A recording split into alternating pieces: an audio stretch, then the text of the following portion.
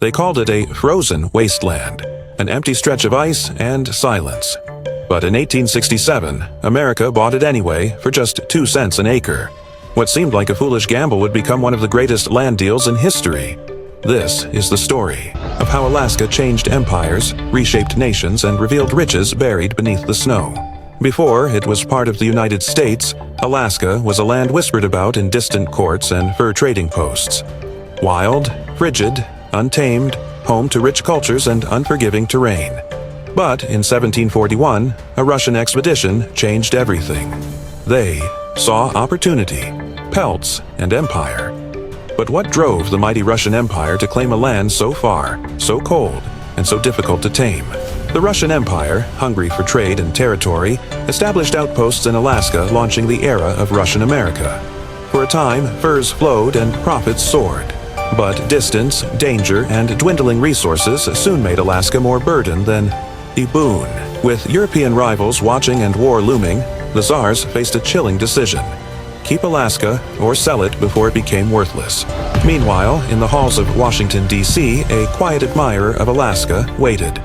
William H. Seward, U.S. Secretary of State, believed in a continental destiny, a United States that stretched into the Arctic. When Russia offered a deal, he listened and moved fast.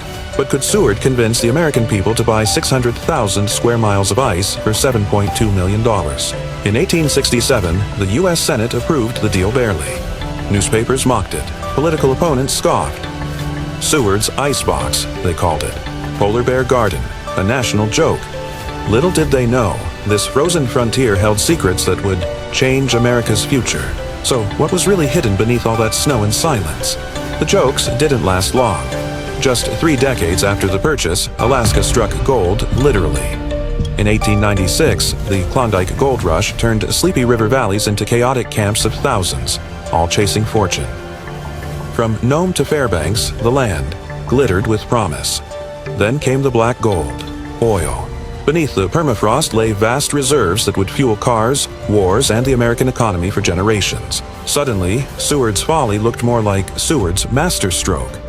As the 20th century dawned, Alaska became more than land, it became leverage. Military bases, shipping lanes, and natural wealth transformed it into a jewel of the American frontier. Yet even silence carries power, and the people of Alaska would not remain unheard forever. While America profited, the indigenous peoples of Alaska were largely ignored. Their lands were bought without consent, their traditions uprooted. In the pursuit of empire, voices that had echoed across glaciers for centuries were silenced.